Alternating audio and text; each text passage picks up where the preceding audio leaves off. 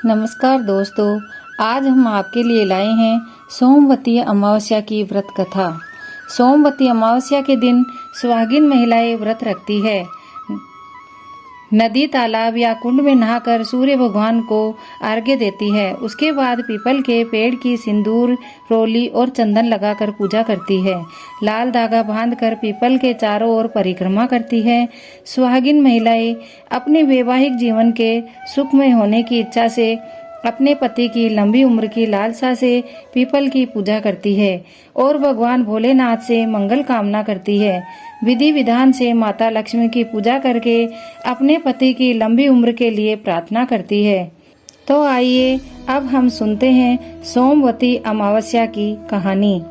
एक साहूकार था, उसके 7 बेटे, 7 बहुएं और 1 बेटी थी। उसके घर एक साधु भिक्षा लेने आते थे। उसको बहुएं भिक्षा देती तो उन्हें आशीर्वाद देता और कहता, अपने पति के कंधे राज करो। लेकिन जब साहूकार की बेटी भिक्षा देती तो कहता, अपने भाई भाभी के साथ राज करो। साहूकार की बेटी को यह बात बहुत बुरी लगती थी। एक दिन उसने अपनी माँ से कहा, माँ, ये जो साधु अपने घर भिक्षा लेने आते हैं, वो जब भाभियाँ भिक्षा देती है तो उन्हें आशीर्वाद में कहते हैं, अपने पति के कंधे राज करो। लेकिन जब मैं भिक्षा देती हूँ तो कहते हैं, अपने भाई भाभी संग राज करो। तो उसकी माँ ने कहा, तू कल भिक्षा देने जाना। जब वो तुझे आशीर्वाद दे तो मैं उसके पीछे का कारण पूछूंगी। अगले दिन जब साधु आया तो माँ कहने लगी, आप इसे ऐसा आशीर्वाद क्यों दे रहे हो? तब साधु ने कहा कि इसकी किस्मत में सुहाग नहीं है, शादी होते ही यह विधवा हो जाएगी। तो माँ ने पूछा, इसका कोई उपाय तो होगा? तब साधु ने बताया कि 7 समुंदर पार एक सोमा धोवन है, वह हमेशा सोमवती अमावस्या का व्रत करती है। अगर तुम उसको यहाँ लेकर आओ और सोमा धोवन अपने व्रत का फल तुम्हारी बेटी को दे दे तो इसका अखंड सौभाग्य हो सकता है, क्योंकि इसके आधे फेरों में ही जवाई की मृत्यु हो जाएगी और सोमा धोवन अपने व्रत का फल देकर वापस इसके पति को जीवित करेगी, तब यह सुहागिन बनेगी, नहीं तो आधे फेरों में ही दुहागिन हो जाएगी। यह सुनकर माँ बहुत दुखी हुई और सोचने लगी, कैसे मैं सोमा धोवन को ढूंढ कर लाऊं। वह हर जगह उसे तलाशने लगी, सभी जगह 7 समुंदर जाने का रास्ता पूछती रहती थी। वह गांव-गांव, शहर-शहर में उसे ढूंढती रही। एक दिन वह जंगल में एक पीपल के वृक्ष के नीचे आराम कर रही थी। उसी पीपल के खोखर में गरुड़ पक्षी के बच्चे सो रहे थे। उसने छोटे बच्चों की आवाज सुनी तो वह बच्चों को देखकर खुश हुई। वह उनको देख ही रही थी कि उसी समय उस पेड़ में से एक सांप आया और गरुड़ पक्षी के बच्चों को खाने के लिए लपका। यह देखकर साहूकारनी ने सांप को मार दिया और बच्चों की रक्षा की। अब गरुड़ पक्षी का जोड़ा आकाश से उड़ता हुआ नीचे आया।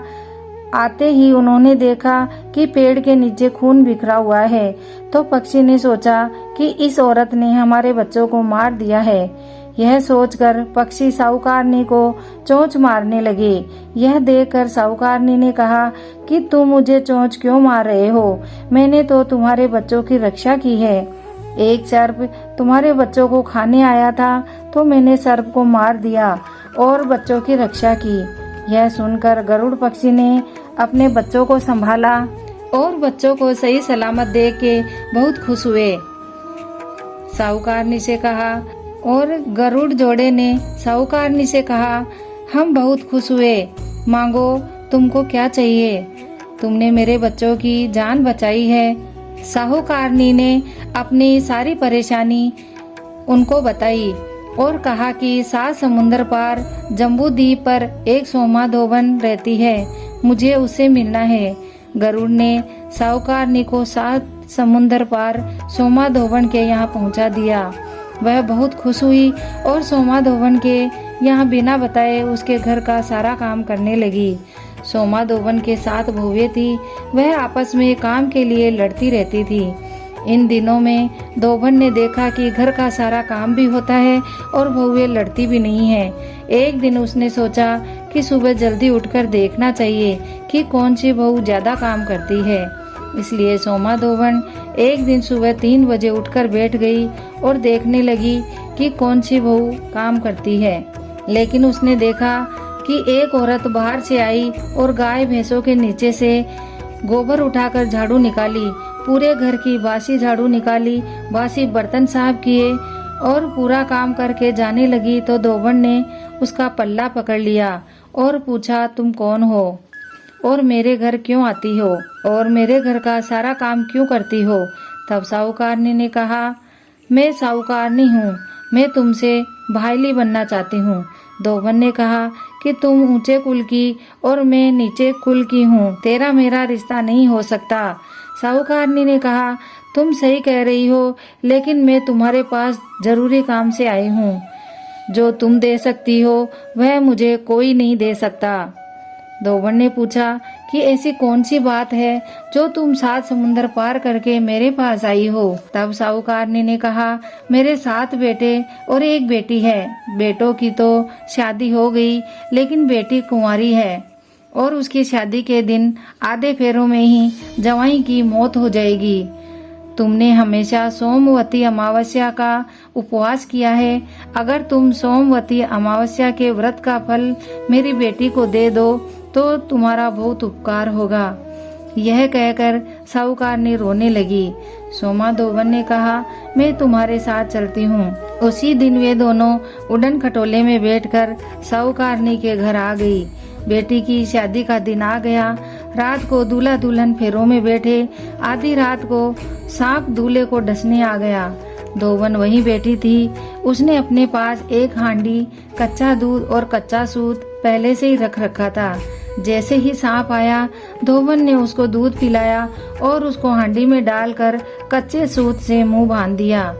लेकिन दूल्हा तो सांप को देखकर ही मर गया। अब वहाँ पर हाहाकार मच गया। धोबन ने कहा, कोई भी शोर मत मचाओ।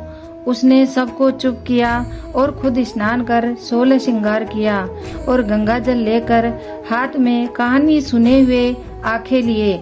नाखून में से मेहंदी निकाली, कोया में से काजल निकाला, मांग में से हिंगलू निकाली और टिकी में से रोली निकाली और जल लेकर कहा, सोमवती अमावस्या करी तो मैंने है, लेकिन फल साहूकार की बेटी को दे रही हूँ। हे सोमवती अमावस्या, ये वापस जीवित हो जाए और साहूकार की बेटी को अखंड सौभाग्यवती बना दो। ऐसा 3 बार कहकर छींटा लगाया तो जवाई उठकर बैठ गया और उठते ही कहने लगा, आज तो बहुत अच्छी नींद आई। फिर दोबारा से फेरे हुए और सुख शांति से बेटी को विदा किया। विदा करने के बाद सोमा धोबन जाने लगी तो साहूकारनी बोली, मांगो, क्या मांगती हो? सोमा धोबन ने कुछ भी लेने से मना कर दिया और अपने घर के लिए चल दी। रास्ते में उसे सोमवती अमावस्या आई तो वह सोचने लगी कि मेरे पास तो कुछ भी नहीं है, अब मैं जंगल में कैसे पूजा करूं और परिक्रमा किससे लगाऊं? उसने एक टूटी हुई हांडी देखी और उसके 108 टुकड़े किए।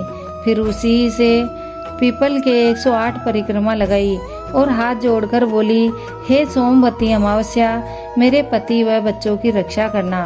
और वह घर आ गई। घर आके देखा तो उसका पति मरा हुआ था। उसने नहा धोकर 16 श्रृंगार करके एक सोमवती अमावस्या का फल अपने पति को दिया तो उसका पति जीवित हो गया। वह बहुत खुश हुई। बहुएं भी यह सब देखकर बहुत खुश हुई और सबने सोमवती अमावस्या का व्रत करने का प्रण किया। अब ब्राह्मण सोमवती का चढ़ावा लेने आया तो धोबन ने कहा कि यह सोमवती अमावस्या मुझे रास्ते में आई थी तो उस समय मेरे पास चढ़ावे को कुछ नहीं था, सो मैंने मटकी के 108 टुकड़े करके वही चढ़ाए थे। ब्राह्मण ने सोचा कि ये झूठ कह रही है, हमेशा तो चढ़ावा मुझे ही देती है। वह जंगल में पीपल के वृक्ष के नीचे देखने गया तो वहाँ पर सोने की 108 मोहरें रखी थी। ब्राह्मण मोहरें देखकर बहुत खुश हुआ और आकर सोमा धोबन को सारी बात बताई। धोबन ने कहा, यह तुम्हारे भाग्य की ही है। ब्राह्मण खुश होकर मोहरे लेकर चला गया। फिर ब्राह्मण और सोमाधोवन ने सारी नगरी में ढिंडोरा पिटवा दिया कि सब कोई सोमवती अमावस्या का व्रत करे, पीपल के 108 चीजें चढ़ाकर परिक्रमा लगावे, ब्राह्मण भोजन करावे और सीधा देवे, यज्ञ हवन दान पुण्य सत्संग भजन आदि करे। हे सोमवती अमावस्या, जैसे साहूकार की बेटी को अखंड सुहाग दिया वैसे सबको देना, कहते को सुनते को हुंकार भरते को सबको देना, सबकी रक्षा करना। बोलो सोमवती अमावस्या की जय। बोलो शंकर भगवान की जय।